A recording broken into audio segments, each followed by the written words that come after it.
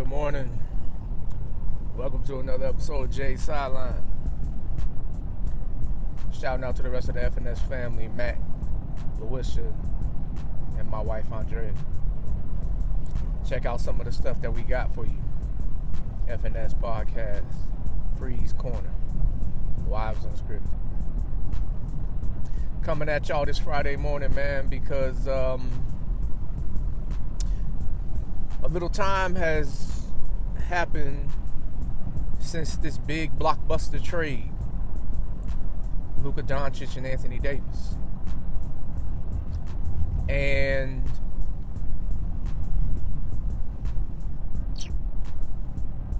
Nico Harrison, man, the general manager for the Dallas Mavericks,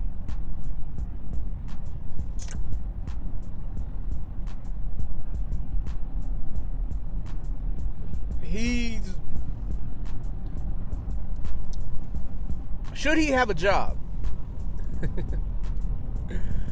You know, should he have a job? You know, the consensus at the beginning of this trade is that the Mavericks still had a chance to be a good team.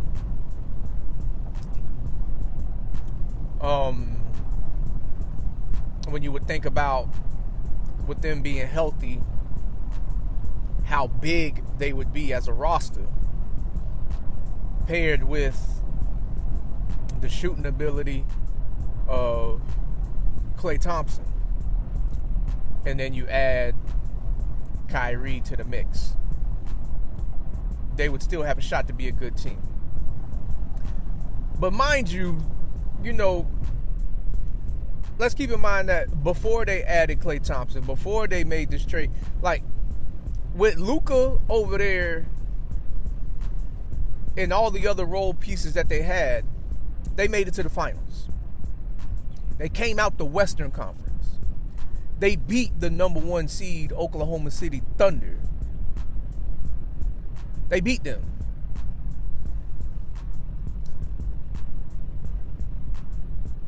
And, when the trade happened,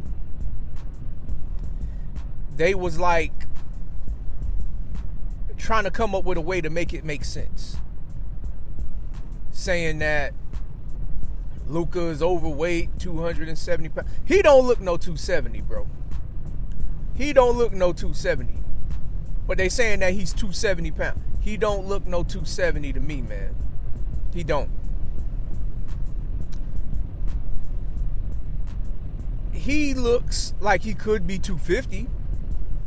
But 270, he don't look like he could be no 270.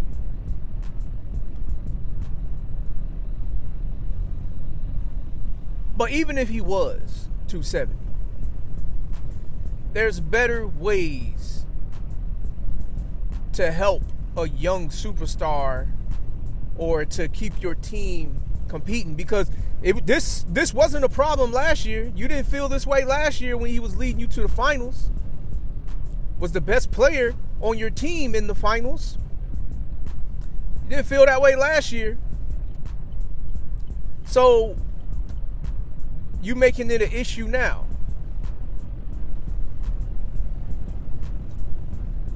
I don't even know how you have a player like Luka Doncic and you even entertain the thought of trading him. I don't know how you do that.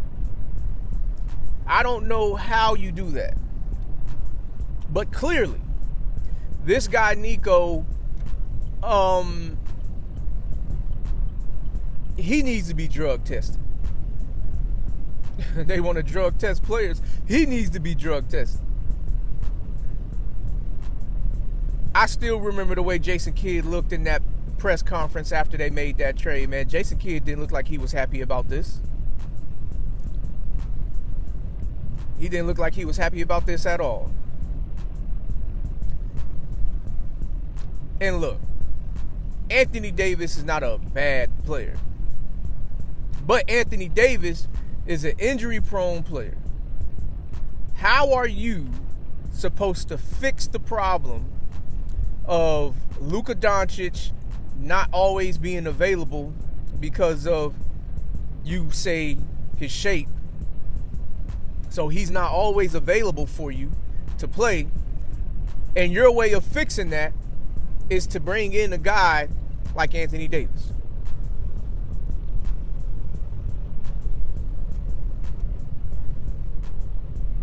Make that one make sense. I still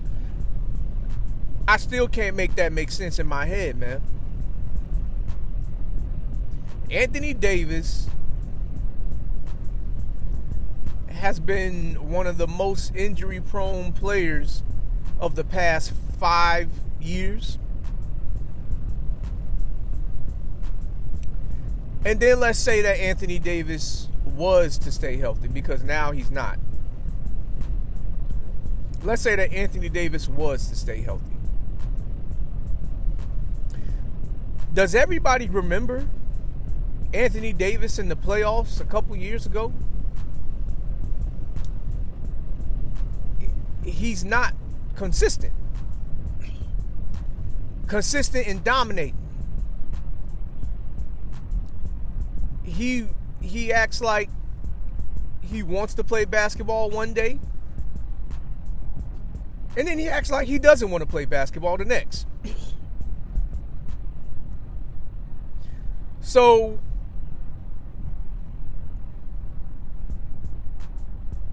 even if he was healthy, in my mind, I don't think Dallas was competing to win no championship. Just because of that alone. If he was healthy, you can't bank on this guy to show up and dominate. Yeah, the first game he popped out. He's been doing that. He's capable of doing that. But he's also capable of not playing like he wants to play in the biggest game. There was a whole playoff series. I think it was against Memphis a couple years ago. Dominant game, then a waste of a game. Dominant game, then a waste of a game. Dominant game, then a waste of a game. Like, bro, do you not know what time it is? But, you know, he doesn't like to play center. That's fair. He doesn't like to play center. That's not his natural position anyway. But you're complaining about playing center in a league where there's only really 2 dominant centers that can compete with you.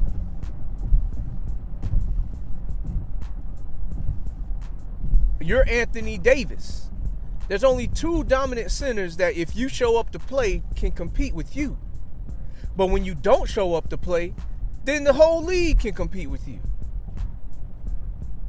The only 2 centers that he should be having a hard time with is Joel Embiid when he's healthy and playing like he wants to dominate, and Nikola Jokic.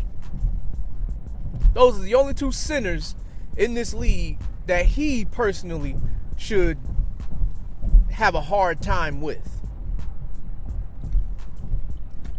Not Domantas Sabonis. Not Alfred Sengun. 2 good players. But they're not like him when he plays to his dominant faction. Not Miles Turner. Not Karl Anthony Towns.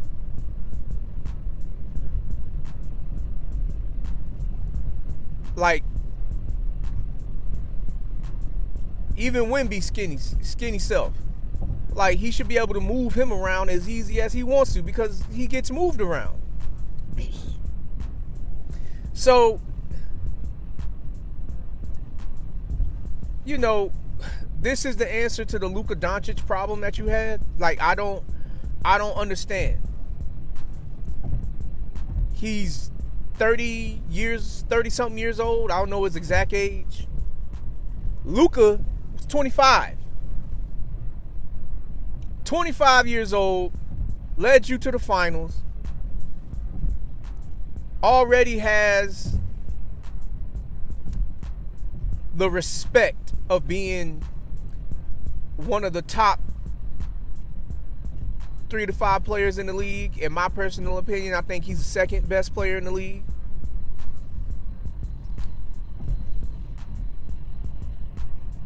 I don't understand. Like, it's gotta hurt to be a Dallas Mavericks fan, man.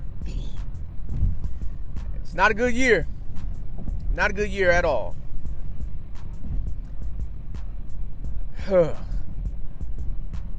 It would have been interesting to see what this team could have did healthy. Now, unfortunately, since they traded Luka, Lively's hurt. Kyrie's out for the season. Anthony Davis got hurt. And now he might sit out for the season. Gee, I wonder why.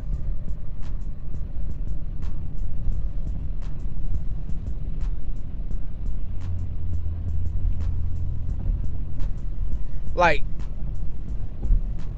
that should tell you something right there. It's like he's saying, oh, Kyrie ain't playing? Well, shoot, I'm not playing either. So what's inside you that makes you play basketball? That's what I wonder. So this guy, Nico. Keep in mind that when he took this job, the players that was on the Dallas Mavericks roster, Kristaps Porzingis, Dorian Finney-Smith, Derek Jones, Jalen Brunson. And he's traded them all away. Not that every move has been bad. Because to get Lively and Gafford, to draft Lively and trade for Gafford and PJ Washington was pretty big for them. But to not bring in or not try to keep Jalen Brunson, to not want to keep good role players,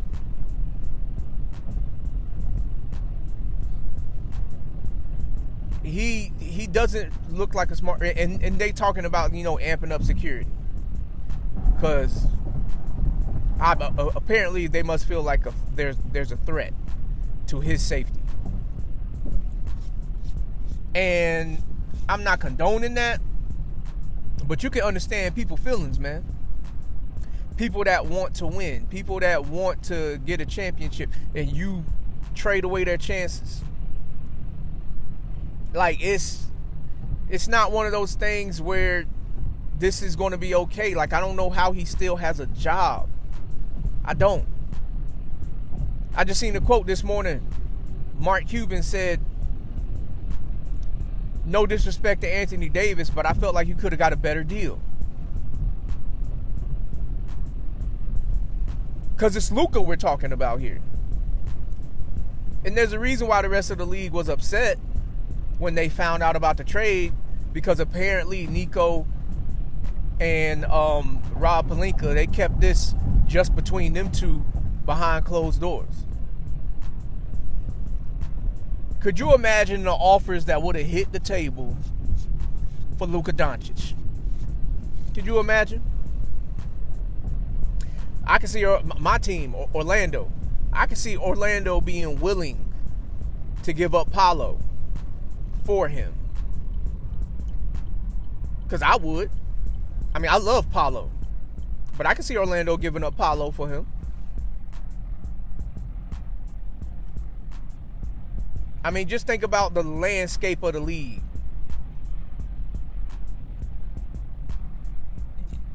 They could have got so much of a better deal. Right now, the best player out the deal that they got in return is Max Christie. So, would you let Nico run your franchise? If you had one up here in Michigan, Detroit Pistons, would you let Nico run your franchise? Would you let Nico run your franchise if you were, let's say, the San Antonio Spurs? and he trades Wemby. Would you let him run your franchise if you was, let's say, the Atlanta Hawks, and he trades Trae Young for somebody who's, yeah, he all right, but, you know, he himself got some problems? Could you see yourself letting him run your franchise if you're, let's say, the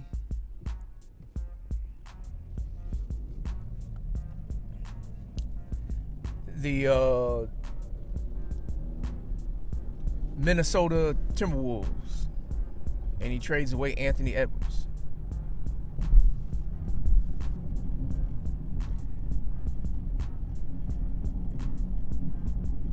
Like, young players that have bright futures. They might not be perfect, but they got bright futures, and they're showing that they're on their way there. He trades that kind of player away.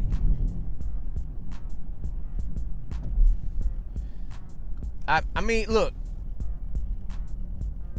And then, you know, me and Matt, we was WhatsApping the other day, and he was telling me about, you know, somebody came out and had a report saying that LeBron, like, behind the scenes orchestrated this deal to get Luka. Here's my rebuttal to that. Because I'm not saying that that's impossible. But if you're going to say something like that, you need to have evidence to bring to the table to say that, to show that this is exactly what happened. Because how would that make anybody look? Especially a franchise like the Lakers. You're allowing the 40-year-old that's still showing that he can play to run your franchise. And then on top of that,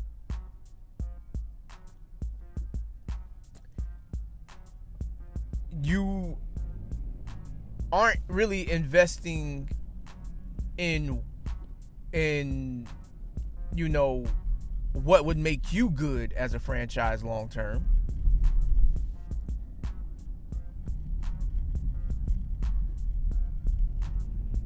Because LeBron's going to eventually walk away. You're not going to have his voice forever. So you need to know how to do this. This is why you got the job. You need to know how to do this.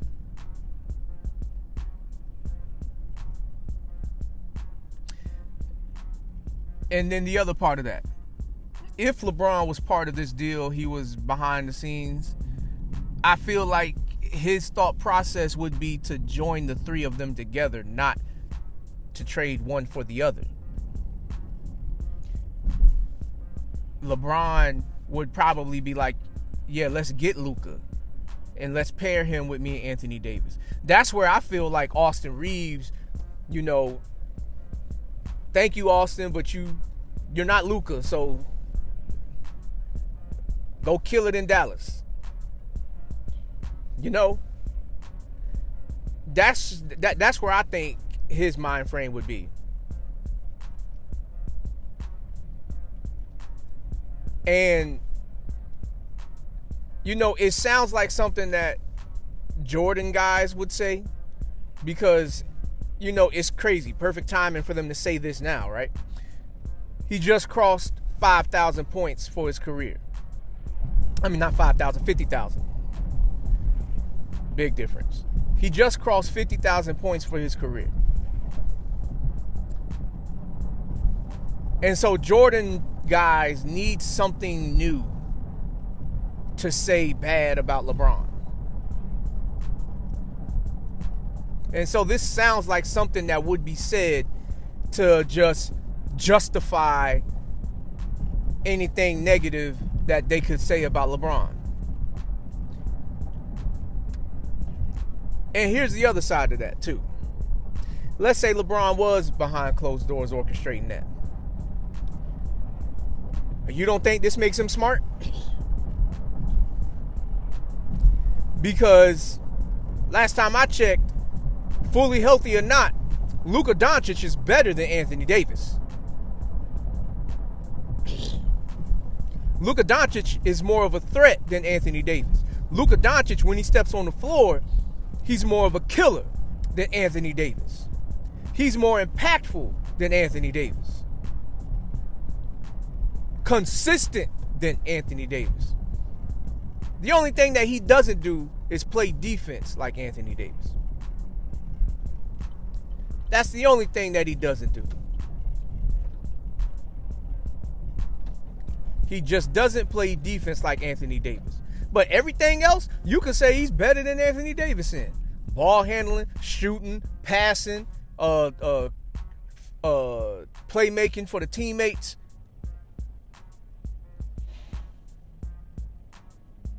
Feel for the game, knowing when to take the big shots. Doesn't back down against top level opponents.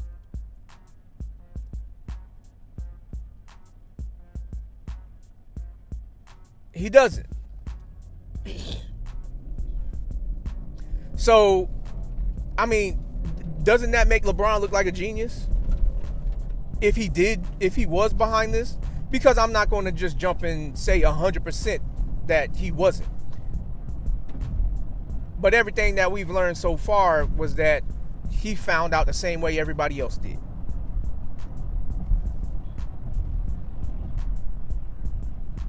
So, would you trade Anthony Davis if you knew you would get Luka Doncic in return? I mean, I feel like there shouldn't be no reason to think twice about this. You know, I really do feel like there's no reason to think twice about this. But yeah, I just feel like that's just Jordan guys, because this whole GOAT debate that the world's been loving to have about who they think is the greatest player of all time, they've been loving to have this be a subject. It's something for them to talk about. Like, this is one thing that I do agree with Charles Barkley on. People love to have this conversation because they don't have enough things to talk about. So it's always, let's result back to Jordan or LeBron. Jordan or LeBron.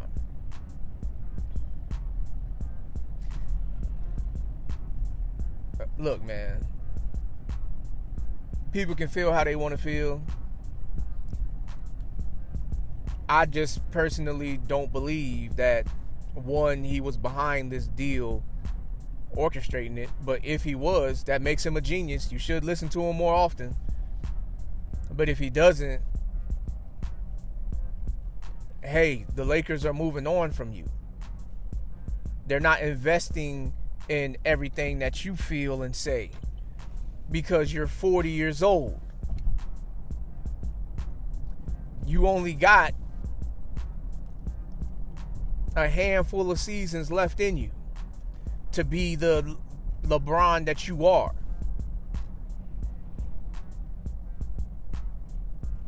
So, I mean, look, man. Nico Harrison, can we just call him a idiot? Can we just call him an idiot? Can we just call him an idiot and just move on? Because ever since that trade, Dallas has been on a downward spiral with their record. They're going to fall out and probably most likely miss the playoffs completely. Like, play in and all of that. They're going to miss all of that.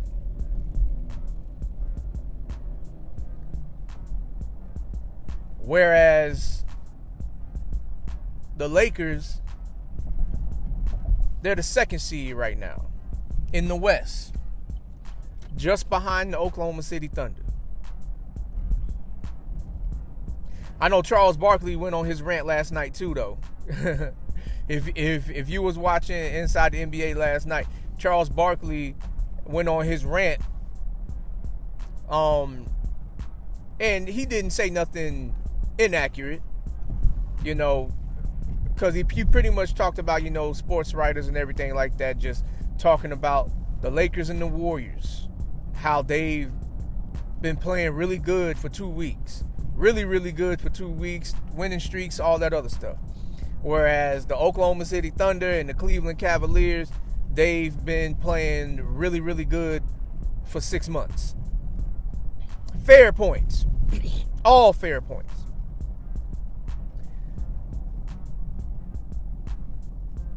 The one thing that I will say, though, for that is that who do you believe more when it comes time to show up?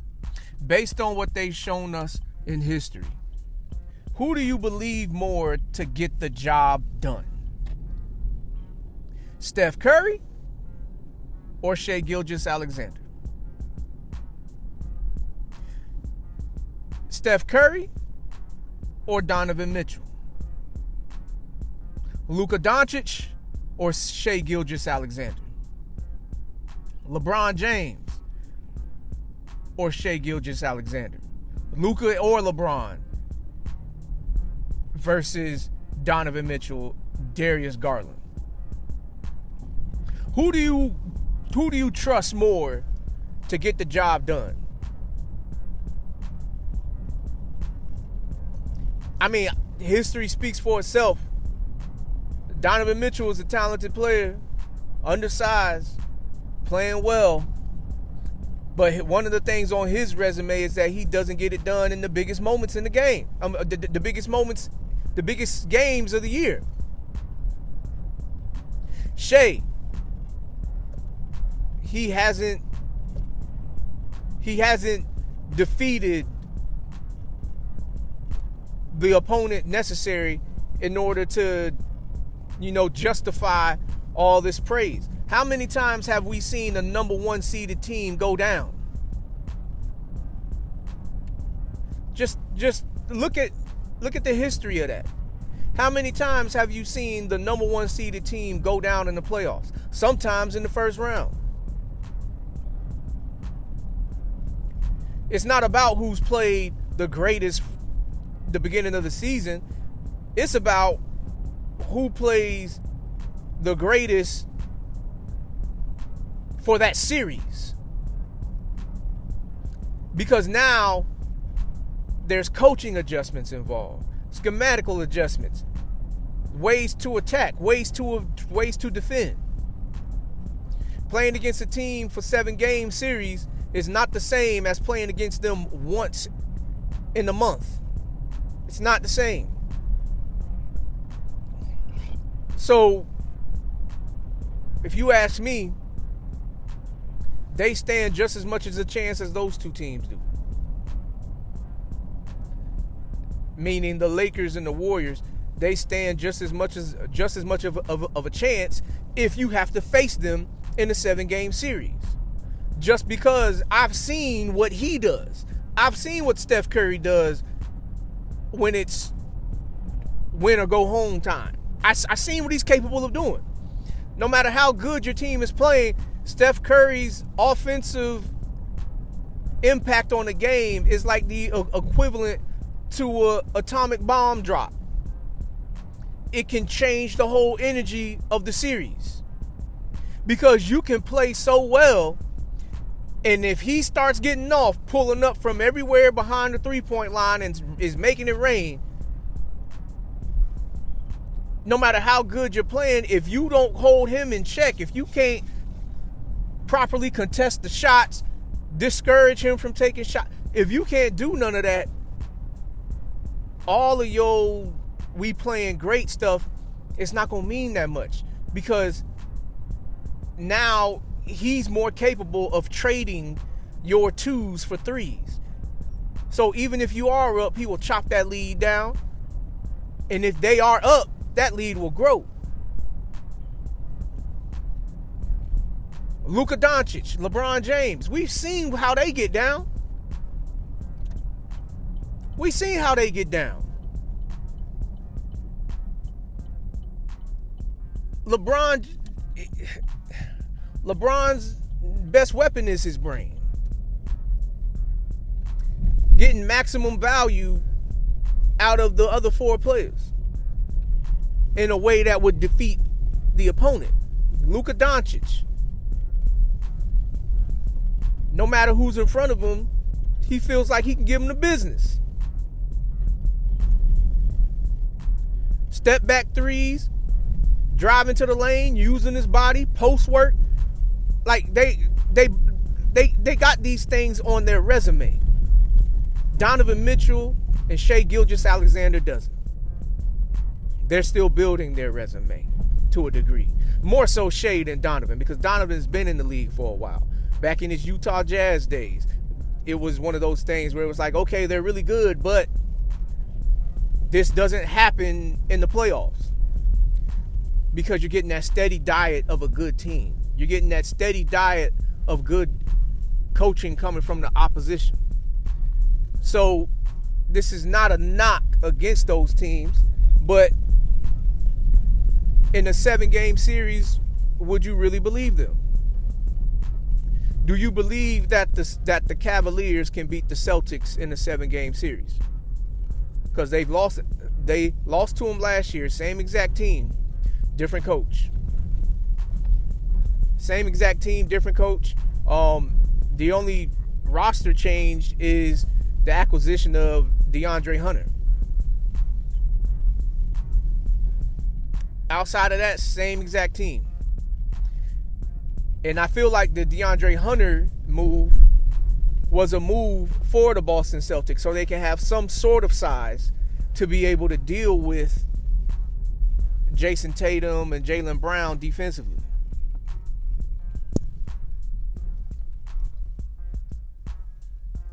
So they want some sort of size.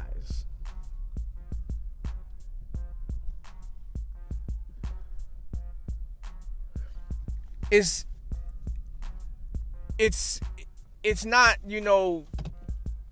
unbelievable that these two teams that are playing so well could fall off. It's not. It's not unbelievable that these two teams, because these two teams right here, given they're not proven on the biggest stages, they're also, well, in the Oklahoma City's case, they're also very young. And so it's really good that they're playing really well right now. But you don't win no championship in the regular season. So Nico Harrison is making himself look even more and more like a dum-dum the more the season goes on. Because the more success that the Lakers have while the Mavs fall down the ladder, he shouldn't have a job. He shouldn't have a job. He shouldn't have a job. They shouldn't even ride this wave to the end of the season, if you ask me. They should move on from him as soon as possible. Because there's no reason to keep those kind of thinking processes around. You don't get a Luka Doncic every draft class. Look at the draft classes that's been coming out now. Look at this year's draft class. You don't get a Luka Doncic every draft class. The draft classes has been getting worse and worse. So you have to, when you get those guys, you need to keep those guys around. According to Nico, we'll be all right. So, man, look, take it for what you want. I personally don't feel like he should have a job. I'm actually calm about this because I was like a little bit more like upset with him a couple of days ago. But this ain't my team. Dallas ain't my team. And Kyrie done got hurt. So it's like, if you a player on Dallas while he's the general manager, do you want to stay there? I mean, what do you think? Do you really want to stay there and be around for some guy that has a special way of thinking that will potentially trade away the best player on the team? I don't know, man. Y'all decide that for yourself. Outside of that, bro, man, look, y'all have a good day, man. This Friday, getting ready to kick off the weekend. So, y'all be safe out there. Good day at work. And look out for more stuff in the future. And be easy, man. F&S.